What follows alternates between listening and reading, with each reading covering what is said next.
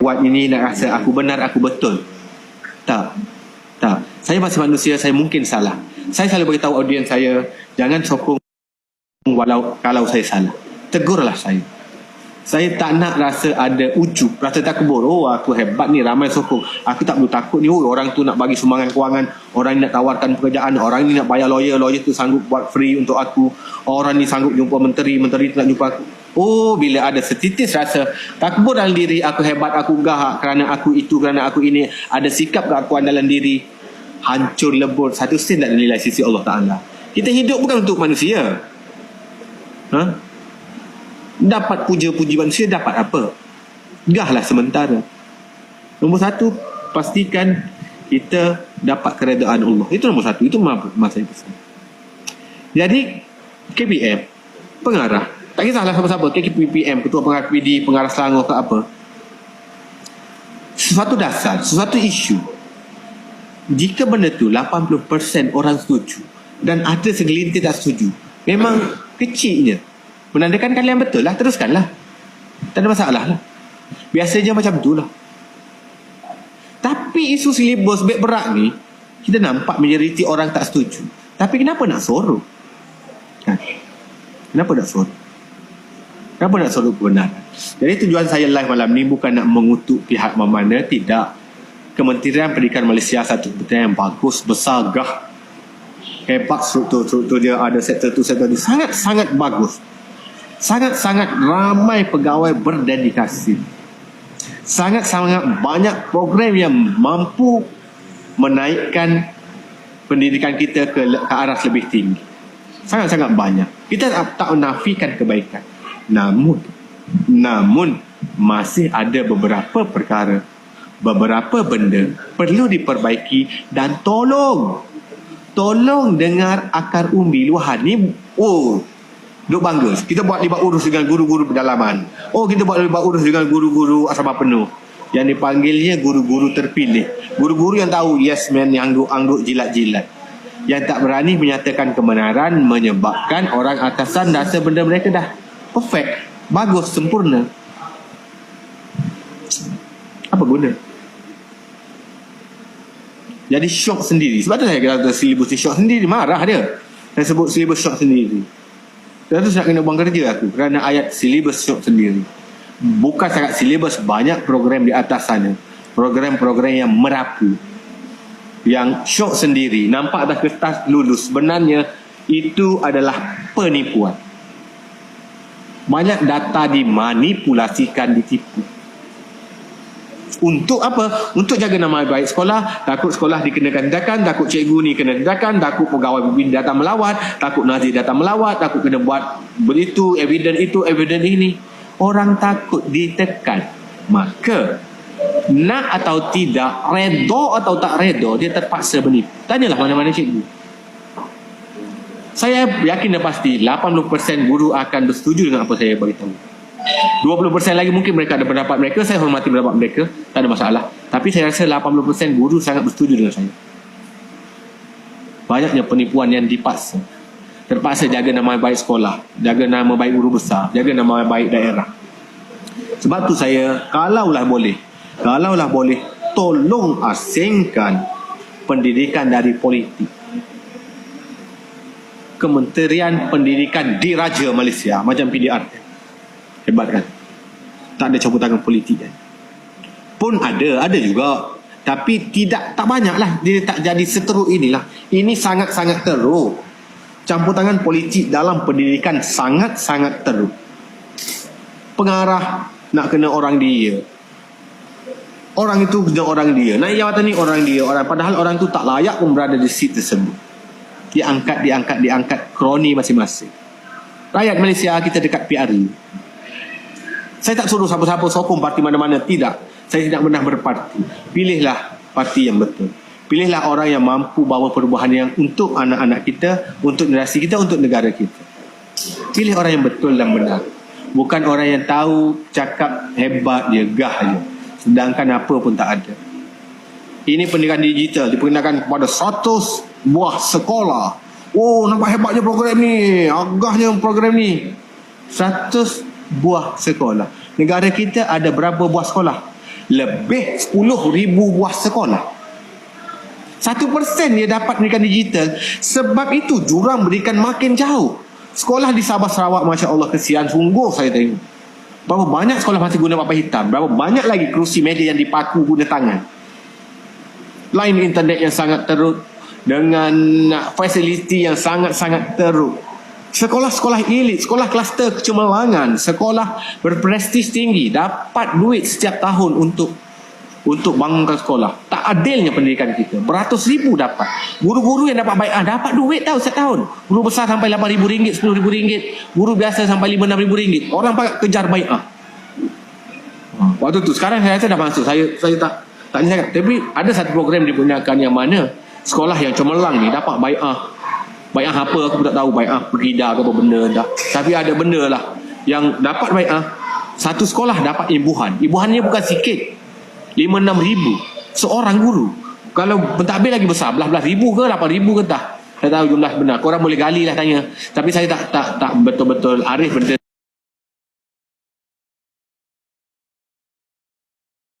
itu, sebab saya tak pernah terima satu. Tapi nak bagi tahu jurang kita perlu dirapatkan.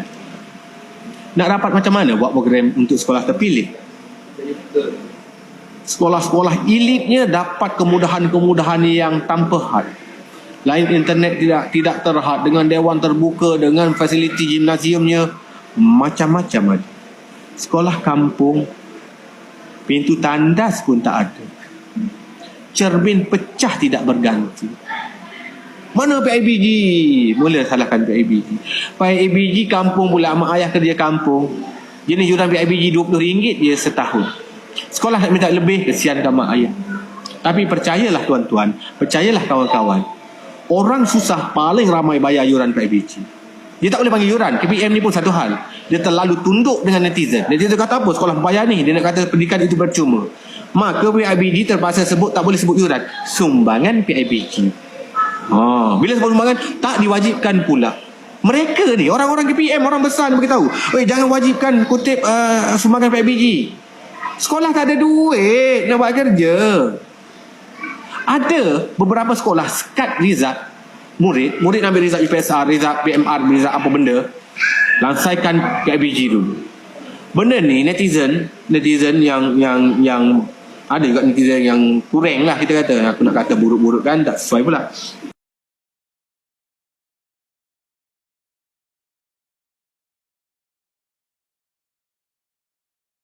Waktu tu bulan 10, setahun panjat, suruh bawa lesson note, buku rancangan mengajar setahun. Bawa. Sampai waktu tu penolong kanan petang saya hadir sama saya, dia kata, Lee,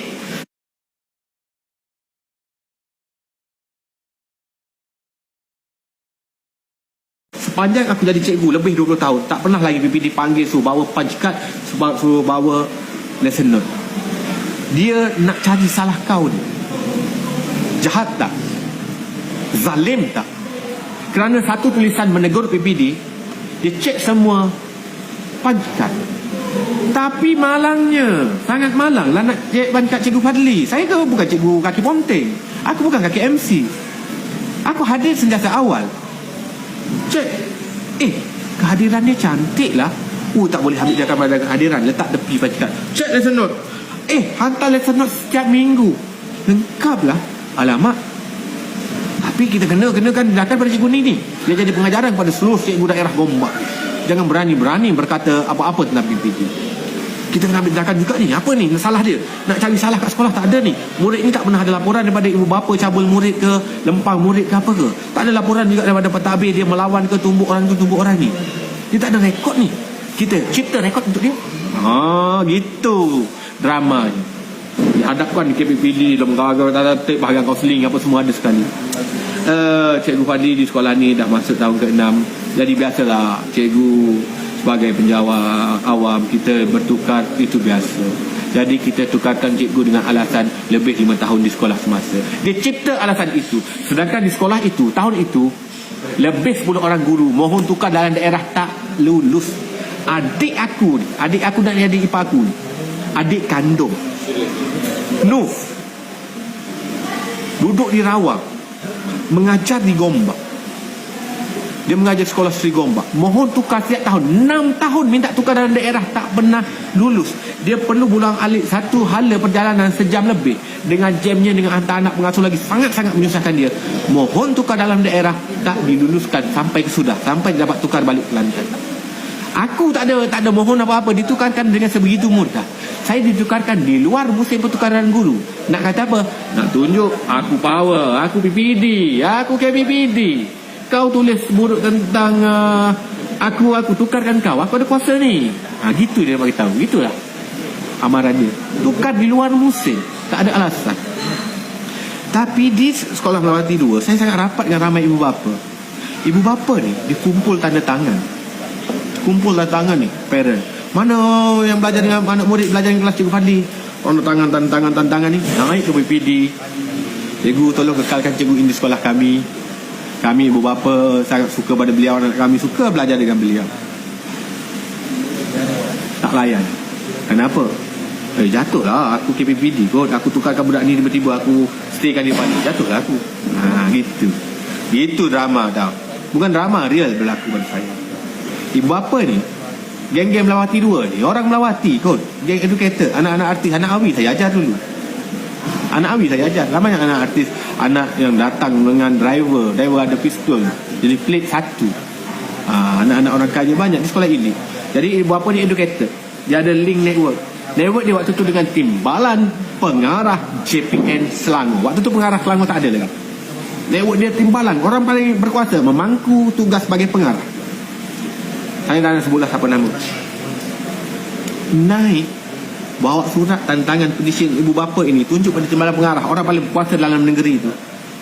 Tuan, cikgu ini cikgu berdedikasi, anak murid sangat sukakan dia, sangat sayangkan dia. Boleh tak kekalkan dia di SK Taman Melati 2? Kami ibu bapa sangat suka dengan dia. Timbalan pengarah segan. Sama geng. Ketua pengarah PPD kot, dah tukarkan budak ni. Takkan aku nak kekalkan. Nanti apa dia kata, aku malu. Sama geng. Sama dia buat apa? Oh, saya hormat keputusan dia. Saya hormat keputusan PPD tu. Nampak tak permainan politik dalamannya macam tu? Ditukarkan kerana tak dapat jadi salah, dicipta alasan. Dan lebih kejam lagi, saya ditukarkan, saya dipaksa melapor diri lebih kurang saya hari Rabu. Hari Sabtu tu lagi, kami cuma satu, lagi 3 hari sekolah saya ada hari terbuka sekolah. Saya tanggungjawab buat rumah hantu. Rumah hantu saya kolek dana setiap tahun untuk kelab guru saya lebih RM10,000 melalui tiket rumah hantu. Saya jumpa guru besar saya. Kata cikgu, hari Sabtu ni kita hari terbuka sekolah. Lagi 3 hari je. Saya terpaksa lapor diri esok. Boleh tak cikgu minta jasa baik pegawai PPD tangguhkan hari lapor diri saya minggu depan. Saya nak laksanakan tugas saya sampai habis. Saya nak siapkan rumah hantu ini, saya nak jaga waktu tersebut. Habis tu tak apalah, saya redha lah pemindah saya.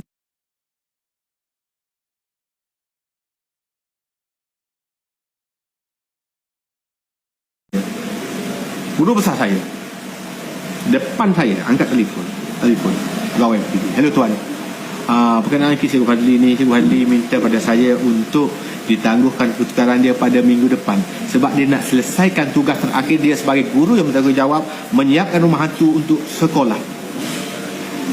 Minta minggu depan dia tangguh 3 hari saja. Okey, ada opposition. Okey, tak apa, minta tangguh 3 hari saja. Pegawai PPD jawab apa? Tak boleh, dia kena pergi juga esok. Tak boleh tangguh 3 hari. Kejam tak? Depan saya guru besar telefon. Cikgu Fadli dengar sendiri kan, dia tak benarkan. Dia nak tunjuk dia power, aku berkuasa. Cikgu ini tulis buruk tentang aku boleh guna kuasa aku. Aku boleh tukar dia serta-merta. Dia minta tangguh 3 hari pun tak boleh. Saya pergi lapor diri sekolah baru esoknya. Namun setiap malam saya ke sekolah lama saya siapkan rumah hantu. Hari Sabtu tersebut saya bertugas dan berjaya kutipan lebih RM10,000 dibagi kepada sekolah. 1 sen pun tak ada hak saya. Dan saya keluar dari sekolah melaksanakan tanggungjawab aku. Tetapi betapa kejamnya disekat hak aku untuk bertahan 3 hari sahaja. Nak tunjuk kuasanya. Masya Allah. Ini yang rosaknya. Inilah Little Napoleonnya. Ini yang kena buang dalam KBM-nya. Baru pendidikan kita maju. Bagaimana cikgu nak teras pada orang PPD kalau macam ni perangainya? Datang sekolah cari salah je. Macam mana cikgu nak ada teras? Bila tak ada teras cikgu pada PPD, macam mana cikgu nak menyampaikan ilmu program itu dengan jaya, dengan ikhlas, dengan betul? Tak percaya. PPD tak percaya pada cikgu, cikgu tak percaya kepada PPD. Build the trust. Bina kepercayaan. Finland ambil masa 10 tahun. Memang it's not easy to build a trust. Dia tak senang nak bina kepercayaan ini. Sangat-sangat sukar. It take time. Dia akan ambil masa. Tak kisah, ambil lah seberapa lama masa, 10 tahun, 20 tahun, 30 tahun pun. Sampai satu masa trust itu terbina kukuh. Semua murid sangat yakin pada gurunya. Semua ibu bapa sangat yakin dengan pengurusan sekolahnya. Sekolah sangat yakin dengan PPD-nya. PPD sangat percaya pada JPN-nya. JPN sangat percaya kepada PM-nya. Saling ada kepercayaan tanpa ada sanksi, tanpa ada rasa cikgu ni menipu ke tidak, apa ke itu. Percayalah, pendidikan kita akan meroket naik nombor 1 dunia. Seperti mana Finland ni buat. Ni politik dalam pendidikan sangat banyak. Punca kerosakan. KBM kalau nak tahu sangat apa lagi kelemahan mereka, pergi cari Cikgu Samuel Isiah, guru Adwira yang melangkah keluar. Tanya dia kenapa cikgu nak keluar. Apa yang membuatkan beliau keluar? Beliau keluar, jiwa beliau pendidik tahu. Beliau join sebagai peneraju CLC apa tah dalam bidang pendidikan lah, yang memberi anugerah pada guru-guru, yang bagi ceramah pada cikgu-cikgu. Jiwa beliau jiwa pendidikan. Pergi tanya dia. Pergi tanya cikgu-cikgu lain yang nak berhenti. Berapa ramai dah nak berhenti. Bukan kerana mereka tak minat. Bahkan mereka guru adiwira, guru idola, guru inspirasi. Tapi kerana sistem yang langsung tak boleh ditegur. Langsung tak boleh ditegur. Bila kita tegur yang salah tak boleh. Ada akta 9 peraturan 9 aku benda entah menyatakan seorang pegawai tidak boleh mengulas tentang dasar kerjaan ataupun menyebut kelemahan kerjaan. Apa benda? Kalau cikgu tak boleh sebut lemah, siapa nak repair lemah tu?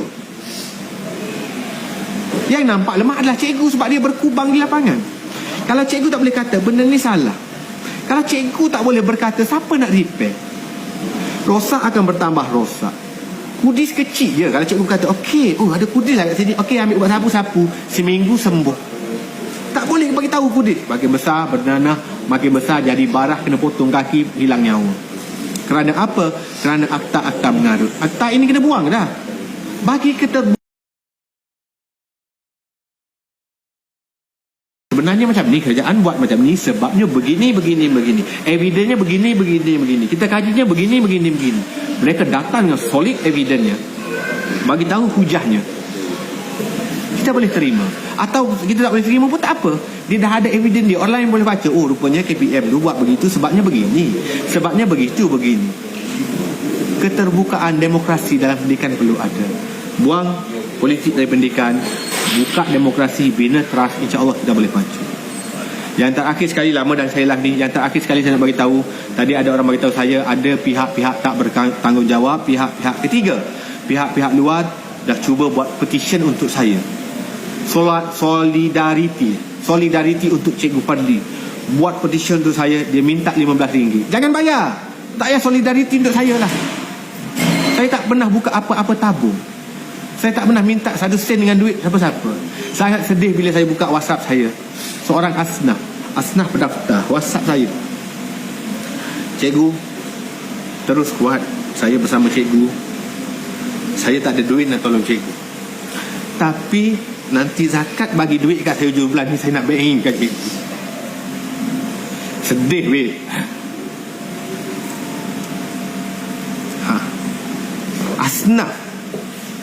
Asnaf tak ada duit, naknya tolong Cikgu Fadli ni. WhatsApp tunggu duit zakat nak bagi cikgu. Saya tak boleh bagi banyak, RM10. Boleh tak cikgu? Kata kak jangan, saya duit ada, insya-Allah setakat ni boleh, saya mampu, tak ada masalah. Cikgu saya tak boleh tolong apa dah cikgu. Saya tak pandai nak bersuara, tak pandai nak menulis. Saya jadi duduk kat FB pun saya baca je tulisan-tulisan cikgu. Saya tak boleh. Tapi cikgu banyak tolong saya, anak-anak saya suka sangat cikgu, saya nak sumbang pada cikgu. Tak, saya tak buka. Saya tak buka apa-apa tabung, saya tak mohon apa-apa peruntukan. Jangan risau, takat ni saya masih mampu berdiri. Tapi kalau dikata ditakdirkan satu masa memang saya tak mampu untuk urusan kos waman sebagainya, mungkin waktu itu saya akan beritahu. Sekarang ni ada pihak ketiga yang cuba mengambil kesempatan. Jahat orang ni, nampak isu viral, isu kontroversi, banyak sokongan, nak buka petition untuk saya minta kolek RM15. Kalau 10,000 orang bagi, dah dapat 150,000 kat dia. Jangan bagi, jangan bayar mana-mana pihak ratus sen pun. Saya tak meminta duit dengan mana-mana pihak. Saya masih mampu lagi setakat ni, alhamdulillah. Jika betul saya tak mampu, saya beritahu. Jika betul saya tak mampu, saya beritahu. Jangan risau, jangan risau. Ramai sangat dah komen, cikgu bagi nombor akaun, saya nak support cikgu, nak support cikgu. Tak, saya tak respon seorang pun. Saya masih mampu. Saya tidak mengharapkan duit orang ramai, duit kawan-kawan walaupun nak sangat sumbang. Tak apa, sabar dulu tuan-tuan, sabar dulu. Terima kasih atas sokongan. Kirim doa untuk saya. Doakan saya agar kebenaran itu muncul, agar kebenaran menenggelamkan kebatilan, agar pendidikan kita disegani, dihormati, kembali gemilang. Hari ini saya bagi tahu kepada pegawai KPM, pendidikan kita, kementerian kita dipandang rendah oleh rakyat Malaysia sendiri, dipandang rendah oleh guru-guru Malaysia sendiri. Cuma mereka tak berani bersuara. Ketahuilah, jujur saya bagi tahu, majoriti guru menyokong saya. Cuma mereka tidak boleh bersuara. Banyak bahkan pegawai-pegawai di KPM, di Putrajaya, di JPN, di PPD pun ramai menyokong saya. Tapi mereka terikat dengan peraturan akta penjawat awam, entah ke benda tu. Mereka tak boleh bersuara. Mereka laksanakan apa jua dasar yang mereka rasa tak kena, dengan hati yang tidak redha dan tidak rela. Jauh di sudut hati mereka, mereka berharap adanya orang mampu mengubah benda ni.